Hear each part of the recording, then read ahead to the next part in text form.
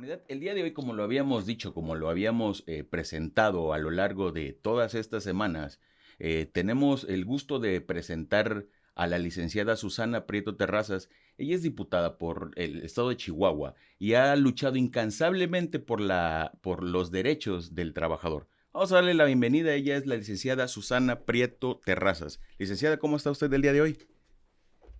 Hola, muy buenas tardes, Rafael. Muy bien, ¿y usted? Muy bien, excelente. Licenciada, gracias por la oportunidad que tenemos de presentarla el día de hoy. Y bueno, el día de hoy para hacer eco juntos, de verdad que estoy muy emocionado. Quiero que sepan que Susana nos está atendiendo. Tenemos unas complicaciones técnicas, pero ella, como siempre, tan profesional, nos ha dado la oportunidad de estar así con todo este espacio. Susana, sé que eres una activista luchadora por los derechos laborales de la raza obrera, de la raza trabajadora principalmente. ¿Pero dónde inicia esta idea? Digo, sé que naciste en Chihuahua por ahí del año del 66, en diciembre del año 66. Y bueno, ¿cómo inicia Susana Prieto Terrazas su historia, su vida de lucha por todo esto? Bueno, pues yo podría decir que me decidí a la lucha abiertamente desde las calles a partir del año 2005, 2005. aunque me dediqué durante todos mis primeros años de ejercicio profesional a prepararme como abogada, a estudiar, a lograr una posición y un reconocimiento en el mundo del litigio, Okay. pues realmente me sentía un poco vacía, sentía que no era lo suficiente lo que estaba haciendo con ganar juicios Ok. para los trabajadores. Y en el 2015 decidí iniciar un activismo, sobre todo para visibilizar la precariedad de las relaciones obrero-patronales en la industria maquiladora en Ciudad Juárez, Chihuahua, originalmente.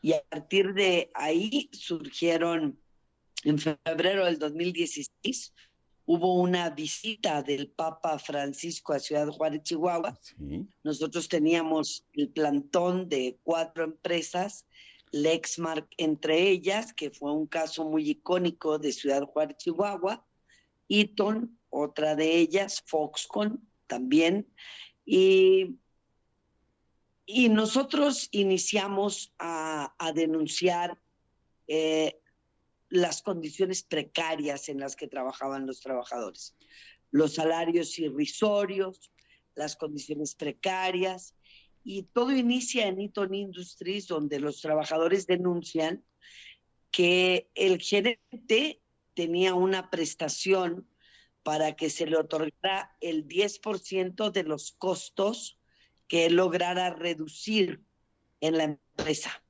Por lo tanto, les apagaban los aires acondicionados, que a lo mejor pues para algunas personas puede parecer ridículo, pero viviendo en el desierto a 48 grados en Ciudad Juárez, Chihuahua, en un sarcófago de concreto con techos de Claro. lámina y con los aires acondicionados apagados de 1 a 4 de la tarde, que era la hora en que se cotizaba el tiempo triple A de la Comisión Federal de Electricidad, pues los trabajadores sufrían desmayos por deshidratación. Y pues decidimos iniciar una lucha en Eaton Industries. Después fue 3 trabajadoras que han muerto por inhalar el polvo de tóner en Lexmark sin ninguna medidas de seguridad al interior de la empresa. Y a partir de ahí empezamos con la visita del Papa. Fueron bastantes reporteros internacionales Claro. y nos entrevistaron para saber. En aquel entonces las autoridades de Ciudad Juárez, Chihuahua, estaban vendiendo al mundo la idea de que Ciudad Juárez ya no era el lugar donde se asesinaban mujeres pobres, que ya no era el lugar donde mataban mujeres, donde ejecutaban personas que tenían que ver con el narco, que ya no era la ciudad más peligrosa del mundo, sino que Juárez era puro amor. Y entonces el Papa Francisco se interesó por los presos y por la clase trabajadora. y eso nos sirvió como parteaguas en febrero del 2016 para iniciar una lucha que se mantiene hasta estos días para visibilizar las condiciones de precariedad de los trabajadores de la industria maquiladora en el norte del país. He tenido la oportunidad de estar en el norte del país. Viví mucho tiempo en Mexicali, por ahí he andado en Chihuahua. También tengo un hermano que vive por allá, es trabajador. Y sé que de verdad hay, o sea, un calor infernal, ¿no? Digo, yo estoy en Veracruz, pero aún así, el calor que hace en el norte de la República, en el norte, noreste de la República, es bastante infernal. Pero mire, licenciada, digo, todo esto inicia, pero yo sé porque he visto muchos videos tuyos, he tenido la oportunidad por ahí de revisar tu historia o parte de tu historia, y sé que vienes de una familia guerrera, de una familia luchadora, y parte de eso ha forjado tu carácter para lo que haces el día de hoy. Bueno, sí, yo provengo de una familia sumamente humilde, por supuesto. Humildes lo son hasta la fecha, pero sí de una familia muy pobre, de un seno familiar muy pobre y con muchas precariedades y también, pues por supuesto que yo tuve que alterar mi acta de nacimiento a los 14 años para ingresar a trabajar a una maquiladora y también fui operadora de maquiladora y sé precisamente de qué estoy hablando. Esta lucha podría decirse que no inició oficialmente en el 2015 con la visibilidad de la precariedad de las relaciones obrero-patronales en Juárez, sino con mi propia historia como operadora de maquila y pues estoy hablando ya de hace más de 40 años. Claro, y por ejemplo, digo, sé que tu familia es de varios hermanos, tu padre bastante luchador, tu mamá lo atendía como ama de casa, que es un oficio, por llamarlo de alguna forma, bastante duro, ¿eh? Bueno, sí, mi mamá fue una excelente ama de casa, pero también fue una mujer que trabajó a escondidas de mi papá para poder ayudarle con el gasto. Nosotros somos 3 hombres y 3 mujeres, somos 6 hijos y mi padre y mi madre 8. Una familia de 8 no se puede mantener tan fácilmente. Mi Claro. padre solo estudió hasta cuarto año de primaria y mi madre hasta segundo año de primaria. Mi madre concluyó sus estudios de primaria y secundaria ya en su edad adulta, pero mi padre pues solamente la primaria porque evidentemente yo crezco en un seno familiar patriarcal donde no se permitía que las mujeres trabajaran y uh, el machismo premiaba, pero mi madre sabía perfectamente bien que tenía que hacer algo para poder sacar la familia adelante porque era imposible que mi papá con un sueldo de obrero en una fábrica que se llamaba Molduras de Pino pudiera sacarnos adelante. Bregó por muchos caminos. Mi padre fue taxista. Cuando yo nací era taxista del Hotel Camino Real en Ciudad Juárez, Chihuahua. Después de y ingresó no sé ni cómo, como ejecutivo de cuenta del banco BCH, con las limitaciones escolares que tenía. Evidentemente era un hombre sumamente inteligente, aunque no tenía ninguna escolaridad. Llegó a ser ejecutivo de cuenta de un banco, después de eso inició en la maquiladora desde operador y llegó a ser gerente, sobre todo en las áreas de compra. Y pues mi papá fue un hombre ejemplar para mí y pues mi madre no se queda atrás, por supuesto, es una mujer entrona, es una mujer que no sabe de límites, es una mujer que se fija metas y los cumple y es una mujer que no puede estar limitada por nadie, ¿no? O sea, en ese patriarcado donde ella se suponía no debía trabajar, brincó las trancas y dijo, aquí es por mis hijos, aquí es por Claro. sacar adelante a un hombre necio que cree que solo puede y que no puede. Y pues por supuesto que yo estoy muy, muy orgullosa de mis padres porque Claro. ellos forjaron a la mujer que soy y a los hombres o las mujeres y los hombres que somos en mi casa, mis hermanos y yo. Y es que lo siento así, porque, mira, Susana, en el estado de Veracruz hay una ciudad que se llama Alvarado, ¿no? Entonces, en Alvarado, cuando alguien habla, el tono de su voz es un poco elevado y a veces dicen, me está hablando fuerte, me está hablando golpeado. Pero es básicamente, digamos, el esfuerzo de las familias que te orillan a hacer así, ¿no? Pero después de todo este esfuerzo de tus padres, ¿cuál es la intención por estudiar en la universidad? ¿Qué estudiaste? Digo, sé que eres abogada, pero ¿cómo llegaste ahí? ¿Cuándo pasó por tu mente ser abogada? Nunca pasó por mi mente Ah, ser abogada, mira. pasó por la mente de mi papá. Ah, mira. Mi papá fue quien decidió que yo debía estudiar derecho, que yo tenía ciertas virtudes que él apreciaba en mí, una facilidad de palabra nata, Sí, una mujer que le gustaba desmarejar las madejas de estambre y poner las cosas en su sitio, claridad para ver los problemas y ver el camino de resolverlos. Y pues prácticamente podríamos decir que mi padre me obligó a estudiar derecho. No estaba dentro de mis planes estudiar derecho ni ser abogado. ¿Y qué era lo que querías estudiar inicialmente cuando decidiste una carrera o te decidieron inclinarte hacia una carrera? Yo quería ser ingeniero petroquímico. Ok, Me interesaba mucho estar en las plataformas de Pemex por allá en alta mar y realizar investigaciones sobre el ok. petróleo y sus derivados, pero curiosamente lo que yo estudié no tiene nada que ver con Sí, lo que decía estudiar. polos opuestos totalmente, ¿no? ¿Y cómo te sientes? Digo, lo estudiaste porque lo dijiste tú con esas palabras, licenciada, el patriarcado te obliga, ¿no? Pero ¿cómo te sientes hoy después de hacer lo que hiciste por la inclinación educativa a la que te inclinaste?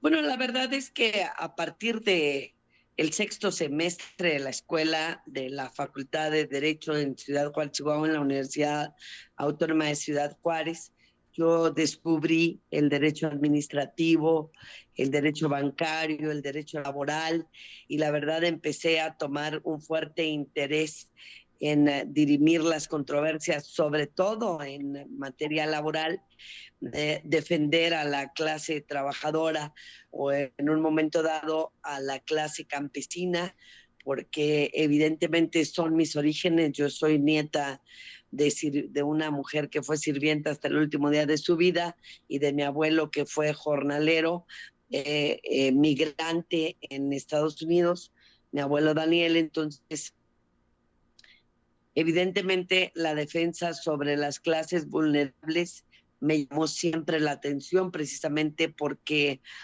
en ese origen humilde que yo tuve, mis abuelos decían que la gente pobre se moría pobre, que no había oportunidades para salir adelante y que no había que aspirar a mucho si no queríamos estar frustrados. Sin embargo, yo fui una mujer que siempre fui rebelde y que dije, ¿por qué jodidos no? O Claro. sea, nada, yo personalmente le digo que pobre no me voy a morir Sí. y que si tengo que trabajar 26 horas de las 24 que tiene el día, 26 voy a trabajar, pero yo voy a salir adelante, mis hijos tendrán que tener un diverso nivel de vida, mis nietos en consecuencia, y que esto sí se puede, y se puede y tiene que ver con el estudio, con el esfuerzo, con la rebeldía, con la preparación, con ser honesto, con tener una carrera y continuar, por ejemplo, la educación que me dieron en mi casa, que yo aprendí a no mentir, no robar y no traicionar desde el seno de mi Perfecto. hogar.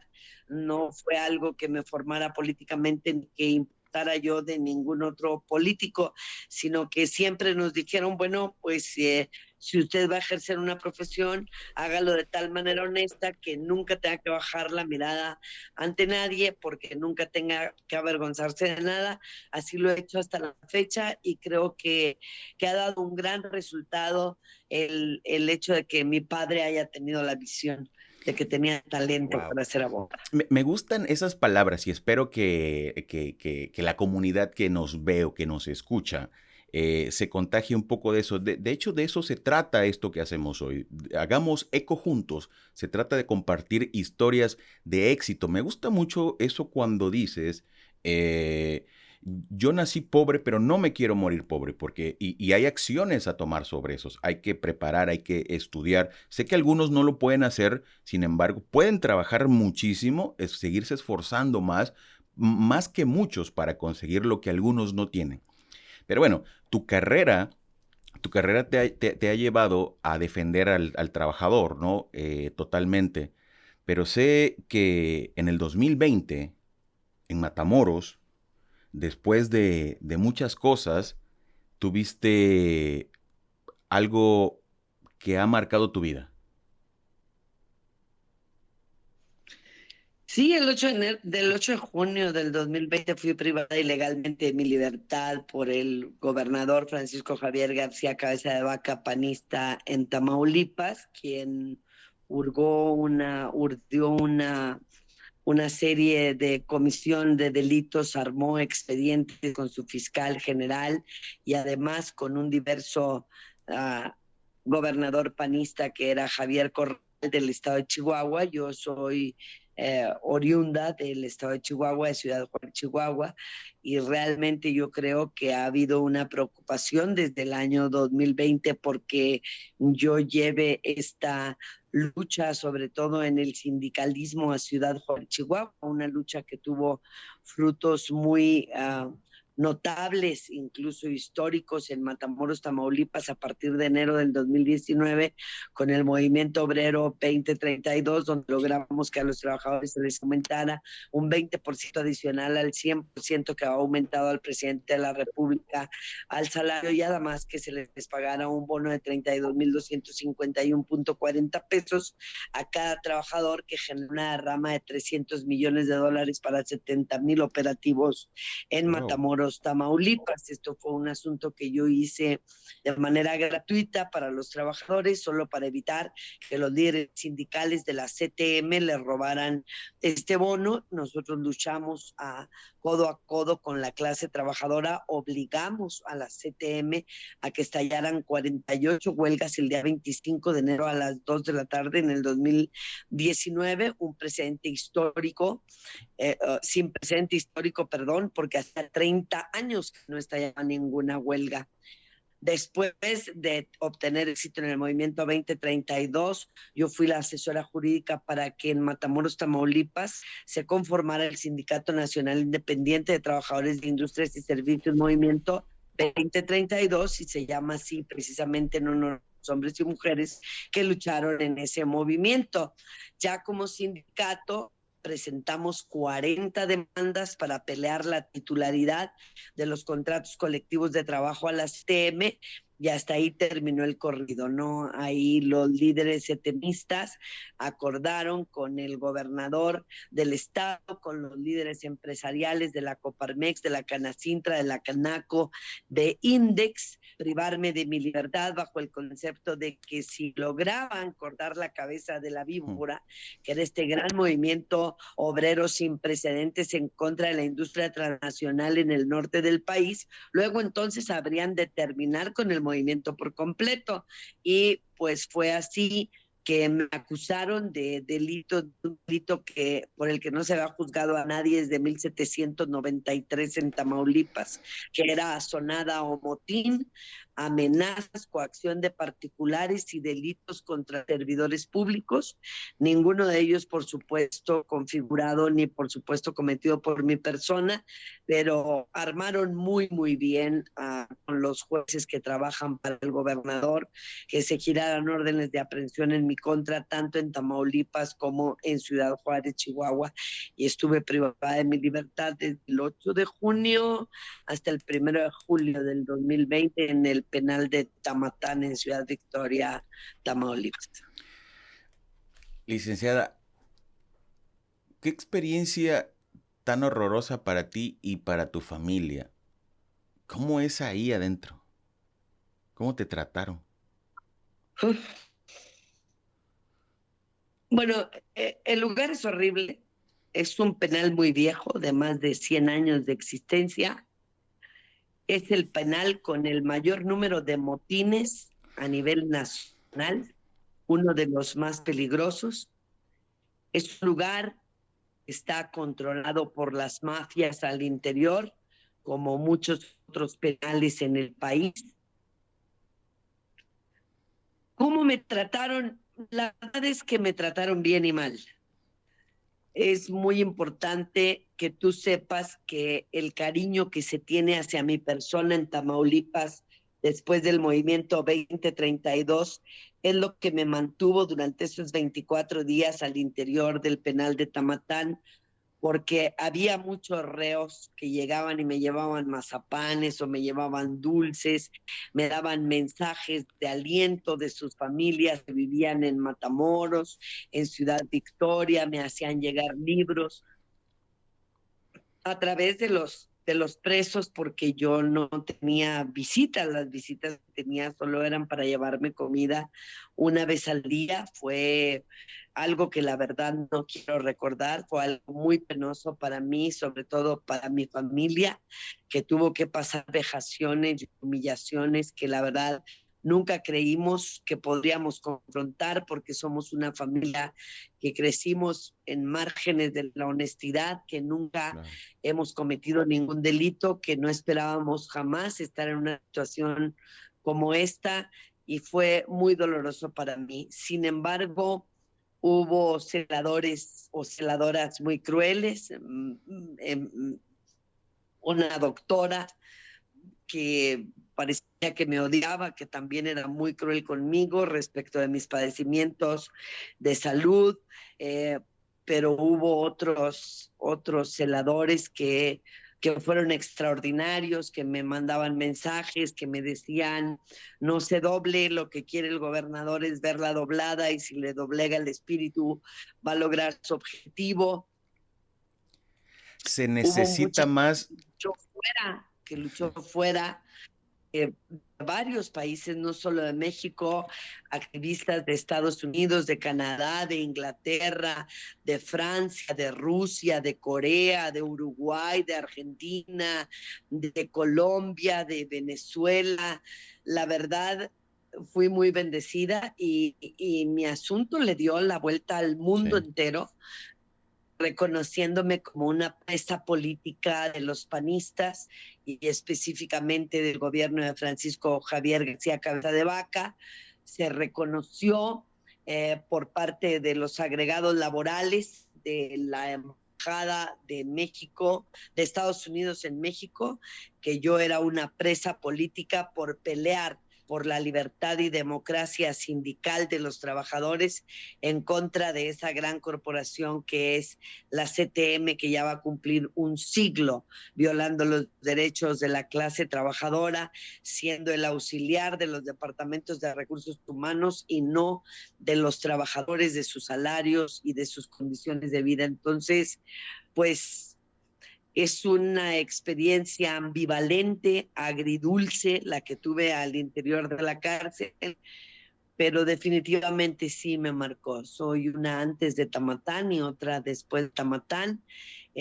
Con el tiempo he ido trabajando un poco esto de abordar el tema sin que genere tanta estridencia en mí, sin llorar, sin que se me quiebre la voz, pero la verdad del hecho está ahí y pues los actores políticos del Partido Acción Nacional, que fueron el gobernador de Chihuahua, Javier Corral, y el de Tamaulipas, Francisco Javier García Cabeza de Vaca, no lograron su objetivo, porque finalmente los celadores que me dijeron, ellos lo que quieren es doblar su espíritu, tenían toda la razón del mundo. Si hubieran doblado mi espíritu, hubieran ganado, pero no ganaron. Yo salí de la cárcel robustecida, con la plena convicción de que debo seguir luchando y de que nadie va a doblarme y mucho menos a Wow. quebrarme, porque por lo que yo lucho es por clases que no tienen voz, por personas vulnerables que tienen miedo hasta de hablar o mirar a los ojos a sus verdugos, y creo que yo le debo esto a la clase trabajadora mexicana después de tanto que he obtenido de ella. Y, y digo, es una historia, pues, como bien lo dices, Susana, agridulce, ¿no? Pero, digo, sé que la respuesta obviamente será así, pero ¿Vale la pena? Sí vale la pena. Claro.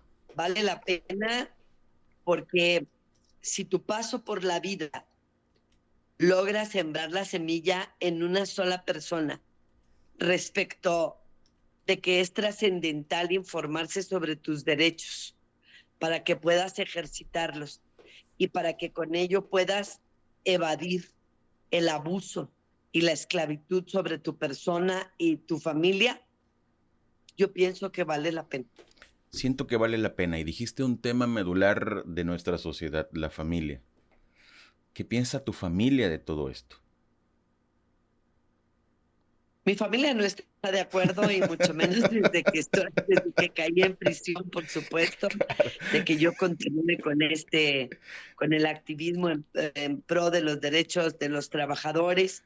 No está de acuerdo por muchas cosas. A veces ellos sienten que la propia clase trabajadora ha sido ingrata conmigo, que no ha correspondido en la medida que yo le eché la carne al asador para que se respetaran sus derechos, Claro. que solo me usan cuando requieren de que les vuelva a ayudar por reparto de utilidades, por legitimaciones de contratos, por revisión, que se acercan a mí cuando les conviene, que se alejan de mí cuando les conviene o cuando ya no les conviene.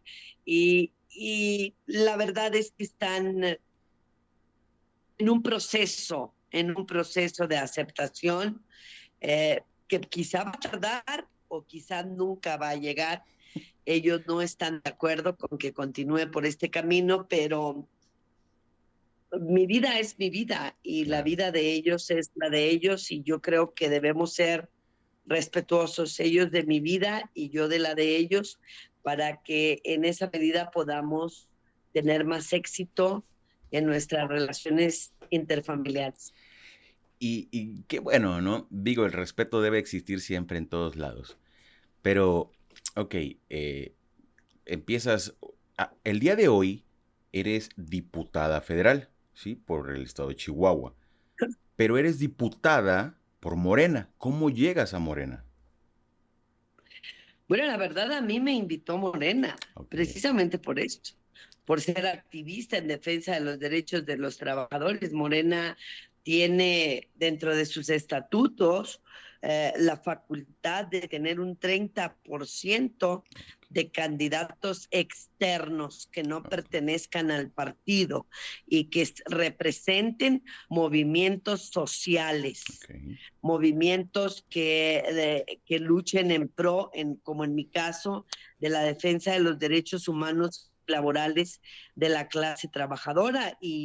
Y pues a mí me invitó Morena, la primera sorprendida y yo, por supuesto. Claro. Hay alguna gente que, por ejemplo, dice que si vendía a la clase trabajadora al aceptar una diputación, pero normalmente esta es gente de izquierda malintencionada que luego dice, oh, vendió a la clase trabajadora. Yo sigo trabajando por la clase obrera y mis iniciativas están ahí y siempre estoy trabajando para que he descubierto dentro de la diputación que yo puedo plantear iniciativas no solo para ayudar a trabajadores de Matamoros y de Ciudad Juárez, sino de toda la República Mexicana. Entonces, ha sido algo muy novedoso para mí, pero también satisfactorio. Ya logramos lo de las vacaciones dignas, ahora vamos a la reducción de la jornada de 48 a 40 horas semanales. Creo que si nosotros logramos esto, nuestro paso por la diputación habrá valido la pena y serán millones los hombres y mujeres mexicanas que se beneficien con ese trabajo. Claro, 16 iniciativas, 11 proposiciones con punto de acuerdo, 40 posicionamientos en pleno. Y lo que acabo de escuchar, de hecho eso fue lo que me llevó a ti, Susana. Conozco gente que está en Chihuahua, conozco gente que está en el norte, noreste de la República, porque he tenido la oportunidad de trabajar por aquellos lugares. Y me dijeron, dice, oye, ¿conoces a la licenciada Susana Prieto Terrazas? Es diputada por Chihuahua, pero ella es una activista que está luchando por todos nosotros. Y yo les decía, yo he escuchado mucho de ella, Sin embargo, bueno, las actividades, porque aparte de hacer esto, pues tengo un trabajo como muchos, más de un trabajo para poder subsistir en nuestro país. Entonces le digo, conozco, he escuchado de su activismo, sin embargo, no tengo el placer de tal vez de tener esta interacción que tenemos el día de hoy. Por eso llegamos a ti, por eso llegué a ti el día de hoy, porque mucha gente me escribió y me dijo que por qué no hacíamos esta plática. Pero y bueno, las vacaciones ya están, ¿no? De hecho, ya he tenido hasta la oportunidad ahí en la fábrica de disfrutarlas. ¿Por qué? Porque bueno, ellos programan vacaciones y como ya tenemos derecho a más, pues bueno, he estado algunos días ausentes de mi trabajo para poder hacer algunas cosas. Pero ahora de 48 a 40. Eso es sumamente importante para nosotros, la clase obrera, la clase trabajadora, porque igual y hoy se puede ver a lo mejor un estudio, pero esto es lo que se ve en una cámara. Yo soy un obrero como muchos en este país. 48 a 40. ¿Cómo vamos eso? ¿De dónde nace? ¿A dónde quieres llegar con eso? Bueno, hace un siglo, más de un siglo, que no se revisa la jornada laboral en la Constitución Política de los Estados Unidos Mexicanos. Me parece que si el derecho social no es progresivo, no puede beneficiar a nadie. Wow. Y el derecho social en México no lo ha sido. Se quedaron con la ley de 1930 y la última vez que la reformaron fue en 1970 y luego siguió la del 2019, pero todavía no se hacen efectivas estas reformas porque los trabajadores ni siquiera se han enterado de ellas. La jornada laboral se estableció en 8 horas diarias y fue resultado no solo de la lucha de hombres y mujeres mexicanas, sino de la lucha de hombres y mujeres alrededor del mundo para establecer que los límites de una vida razonable, deseable, fructífera, debería ser de 8 horas de trabajo, 8 de diversión o entretenimiento o actividades diversas y 8 para el descanso. Pero cuando se estableció en la fracción primera del artículo 123 constitucional que serían 8 horas la jornada máxima diaria, y luego se estableció en la fracción cuarta que se elaborarían 6 días de la semana por 1 de descanso. Mi propuesta estriba en que se elaboren 8 horas diarias, 5 días de la semana. Porque al dejar la facultad de que, al obligar a los trabajadores a laborar los sábados, dicen, por ejemplo, muchos patrones, bueno, pues que hay trabajadores que ya solo laboran de lunes a viernes, sí, pero jornadas excesivas que exceden Sí, las 8 horas, sí. que dividen las horas del sábado de lunes a viernes. Y entonces los trabajadores laboran 10 horas, 10 horas y media, 11 horas, 12 horas diarias, y a eso le tienes que sumar los traslados de la casa a la fuente de empleo y de la fuente de empleo a la casa, y entonces estamos teniendo que las jornadas excesivas de trabajo, primero que nada, afectan la productividad de las empresas. Contrario a lo que muchos empresarios han sostenido siempre para explotar a la clase trabajadora mexicana, siempre han dicho que entre más trabajas, más produces, y eso es falso. Un trabajador cansado ya no produce Claro, lo que produce un trabajador cuando llega a pilas en la mañana y se claro. pone movido y lo otro, pero va menguando su esfuerzo durante el día y sus fuerzas, por supuesto, que van también menguando, y después quizá de las 35 horas, ya no rendimos igual a la semana. Entonces, la productividad aumenta en cuanto que menos trabajamos. Entonces, es importante que nosotros establezcamos, ya muchas investigaciones del Senado y de la Cámara de Diputados han arrojado que somos solamente el país que menos vacaciones tenía a nivel mundial, sino los que más trabajamos, los que más horas trabajamos al año. Eso ha generado una descomposición del tejido social. Los trabajadores y trabajadoras no pueden compartir tiempo suficiente con sus hijos y con sus hijas. Y vemos que incluso por cuestiones de carácter político, con unos y con otros, ya no hay guarderías que nos cuiden a los niños, nunca ha habido después de los 4 años. Entonces los niños llegan a sus casas solos a la 1 de la tarde, 2 de la tarde que salen de la escuela y tienen que esperar alrededor de las 5 o 6 de la tarde que sus papás o sus mamás llegan a la casa. Evidentemente esto hace que haya una desatención hacia los hijos, que los hijos crezcan como venados solos por el monte y que por supuesto sean objeto los niños y los jóvenes de gentes malintencionadas que los han hecho adictos, que los han metido a trabajar activamente, por ejemplo, en la venta, distribución y posesión de drogas, de metanfetaminas, de qué sé yo. Y yo creo que es necesario regresarle un poco de justicia social al pueblo, descontando el número de horas que los trabajadores deben laborar por semana. Entonces, estamos impulsando que sea 40 horas semanales, 8 horas diarias de lunes a viernes, con sábado y domingo, días de descanso obligatorios. Estamos ahorita interrumpiendo, la Comisión de Puntos Constitucionales interrumpió sus sesiones por una reforma político-electoral y se llevaron entre las patas por ahí el dictamen que ya tiene la Comisión de Trabajo y Previsión Social en sentido positivo, aprobando.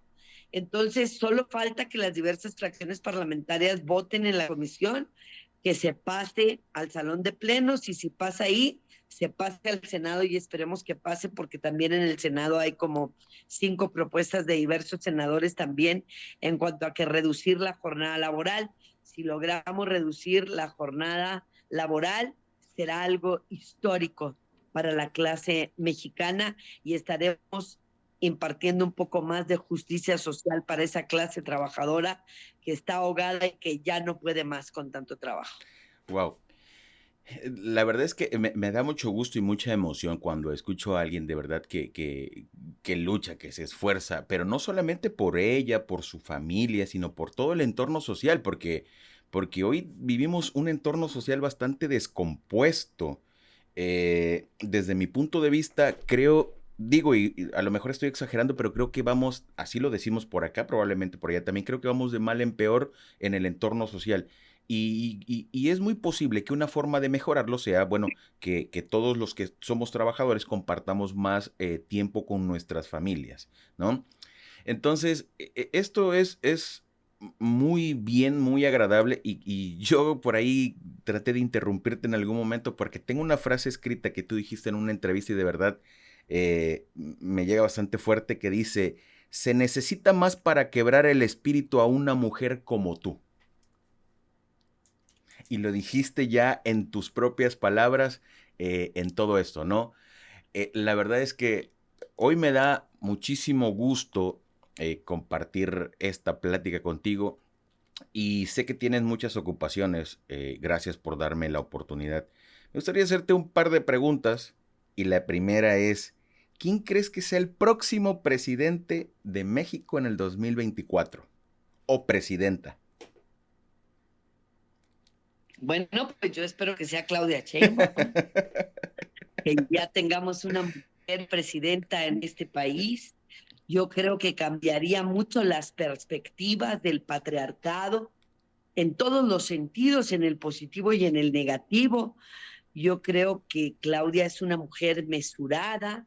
Yo creo que Claudia es una mujer científica, preparada, con experiencia en la administración pública, que como mujer es sensible, como esposa, como madre, ha tenido responsabilidades y yo creo que a ninguna mujer se nos ha dado la posibilidad de poder aplicar todo este conocimiento humano, científico y administrativo en pro y en beneficio de las clases vulnerables y no de nuestro país. Yo creo que lograría hacer un excelente equipo con varios grupos sociales a lo largo y ancho de la República Mexicana y podría ser una consecución del proyecto de la Cuarta Transformación de Andrés Manuel López Obrador.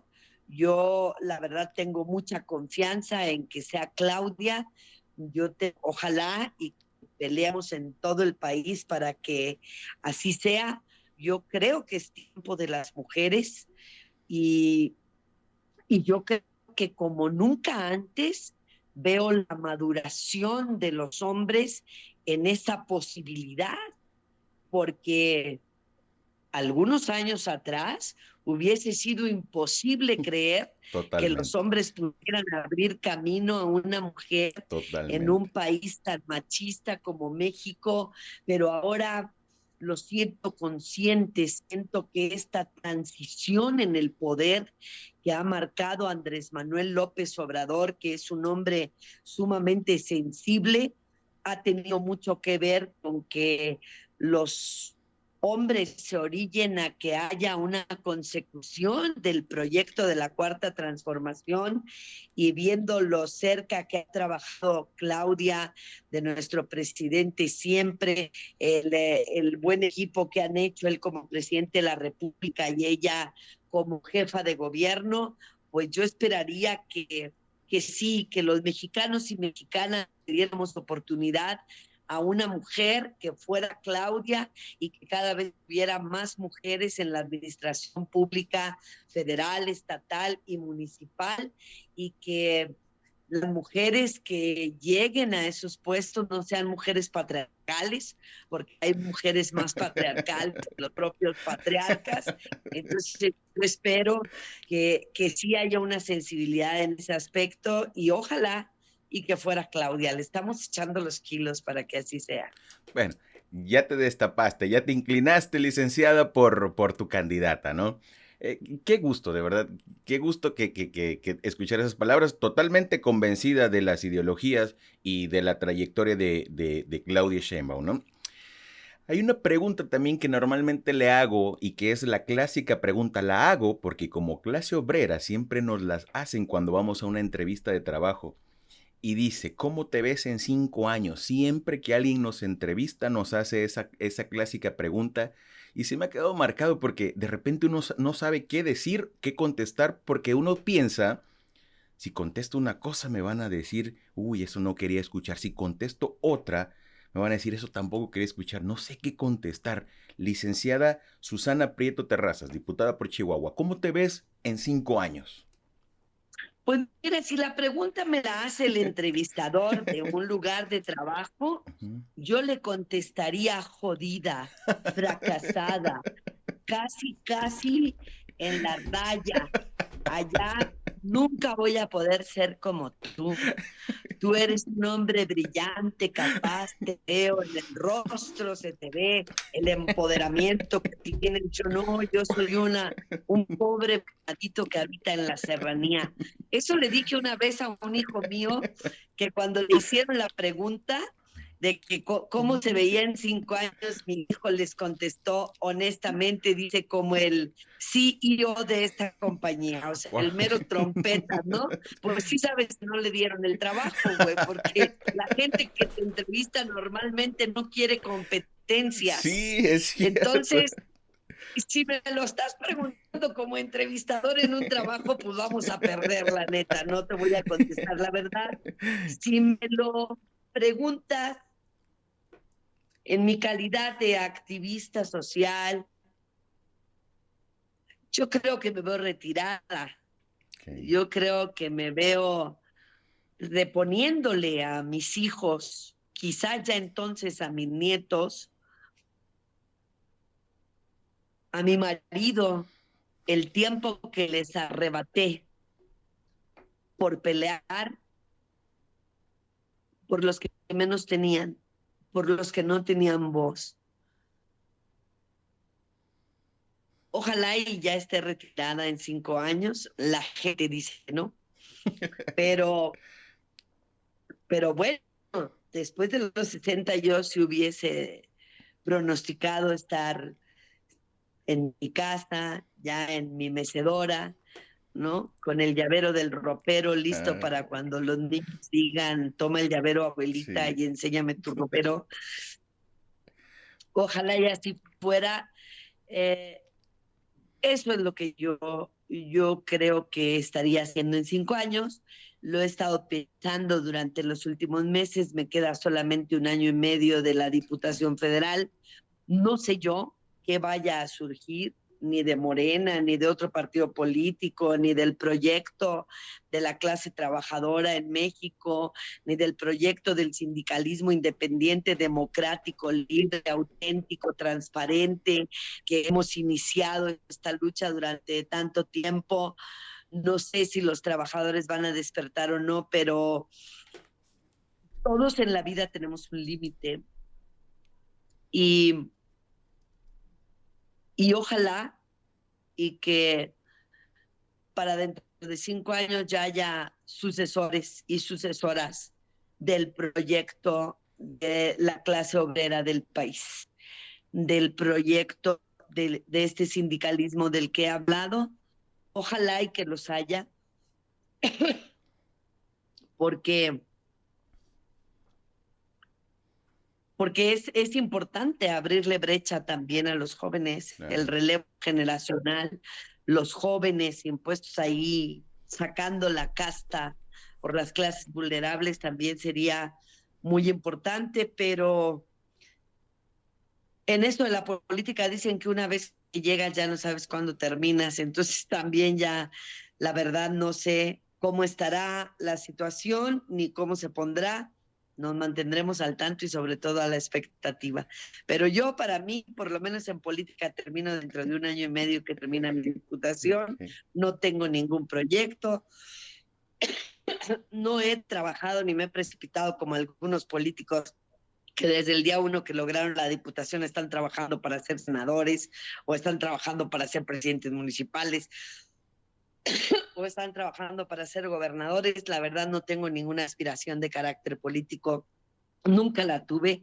La única aspiración que tuve es que la clase obrera salga adelante, que logren sacar la cabeza, mantenerla erguida, conocer sus derechos, luchar, tener la conciencia de que cada día que amanece es un nuevo día para luchar y que siempre debemos luchar, porque si la lucha descansa, no avanza. Ojalá ya haya jóvenes interesados en esta lucha y haya gente que se incorpore para poder seguir guiando a los trabajadores que tanta información y tanta enseñanza necesitan para poder organizarse desde las bases y lograr tener cada vez mejores salarios, mejores condiciones de vida, mejores sindicatos, mejores representantes. Ojalá y que eso se pueda hacer.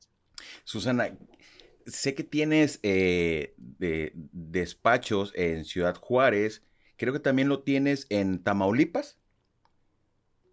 Sí, en Matamoros, Tamaulipas, en Reynosa, Tamaulipas, en Nuevo Laredo, Tamaulipas, en Ciudad Juárez, Chihuahua. Voy a estar, cuando subamos este video que hoy está saliendo, vamos a poner los teléfonos de contacto, bueno, y alguna descripción de lo que a tu despacho se dedica, ¿no? De verdad quiero agradecerte muchísimo. Sé que eres una persona muy ocupada, sé que tienes una agenda complicada. Nosotros agendamos este encuentro por esta vía hace una semana y bueno, de verdad te agradezco mucho. Quiero mostrar en mi cámara, para la gente que nos está viendo el día de hoy, discúlpame todo esto. Comunidad, la licenciada, bueno, tuve una complicación técnica y bueno, ella pues desde aquí hicimos cosas extraordinarias para poder compartir el día de hoy un mensaje con todos ustedes, con todos nosotros y de verdad le agradezco muchísimo infinitamente que a pesar de todos los inconvenientes que tuve con esto, porque parece que tengo un estudio pero de repente la tecnología algo me falla y de verdad ella con mucho gusto ha estado esperando para que esto se diera el día de hoy. Susana, muchísimas gracias. ¿Un último mensaje de despedida? Pues a toda la clase trabajadora del país, yo quiero mucho a la gente de Veracruz. Hay mucha gente de Veracruz en Ciudad Juárez, Chihuahua. Sí. Hay mucha gente de Veracruz en Matamoros, en Reynosa, Tamaulipas. Yo les quiero, yo les abrazo, yo les arropo. Yo estoy en mis redes sociales, en Susana Prieto Terrazas, en Claro. lic.Susana Prieto Terrazas, en el Facebook en Terrazas, _Prieto, en Twitter, en lic.Susana Prieto Terrazas, en YouTube y en lic.Susana Prieto Terrazas, en Instagram. Transmito Sí, diariamente, procuro hacerlo a las 7:30 de la tarde, tiempo de 7:30. Ciudad de Correcto. México.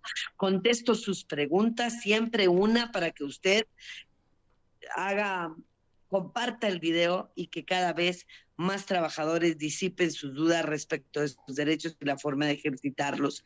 La única forma de vencer la esclavitud en este mundo es informándonos sobre nuestros derechos. Si no nos Claro. informamos, no los conocemos y no los hacemos valer. Así que ojalá y que los trabajadores perdieran la flojera y en vez de estar viendo programas que son vanos, que no les dan nada positivo, las mujeres, los 80,000 bases de maquillaje para transformarse en las personas que no Sí, son, los hombres, mujeres en algunas chichonas por ahí, sí. en algunas aplicaciones y demás. Yo creo que deberíamos de dedicar un ratito todos los días, 10, 20 minutos a escuchar esta transmisión. Ojalá y puedan hacerlo. Yo estoy a sus órdenes para lo que les sirva. Envía Facebook de manera inbox. Todo el que me manda una pregunta le contesto. La verdad, no hay una sola persona a la que no le conteste sus mensajes. Eso es totalmente cierto, lo sé por experiencia propia. Quiero terminar diciendo lo que te dije hace rato, Susana. Se necesita más para quebrarle el espíritu a una mujer como tú. Lo escuché y de verdad que cada vez lo repetí en varias ocasiones porque se me hizo una palabra bastante fuerte y de verdad creo que totalmente lo es. Se necesita mucho más que eso. Mucho más. Muchísimas gracias por haber compartido este espacio conmigo, que hoy nos están viendo un poco más. Y de verdad, muchísimas gracias por haberme tenido la paciencia de lo que hoy aconteció. Comunidad, muchísimas gracias por habernos visto, por habernos escuchado. Estamos en YouTube, en Spotify, todas las plataformas de la licenciada Susana Prieto Terrazas, diputada por el estado de Chihuahua, aparecerán en la pantalla, han estado apareciendo a lo largo de este video. Muchísimas gracias, Susana, un placer haberte conocido por esta vía y estoy totalmente contento, de verdad, contento de haberte tenido como una participante el día de hoy. Que estés muy bien, Rafael. Muchas gracias. Gracias a todos. Buenos días, buenas tardes Hasta o buenas luego. noches. Hoy desde Ciudad y Puerto de Veracruz, México. Adiós.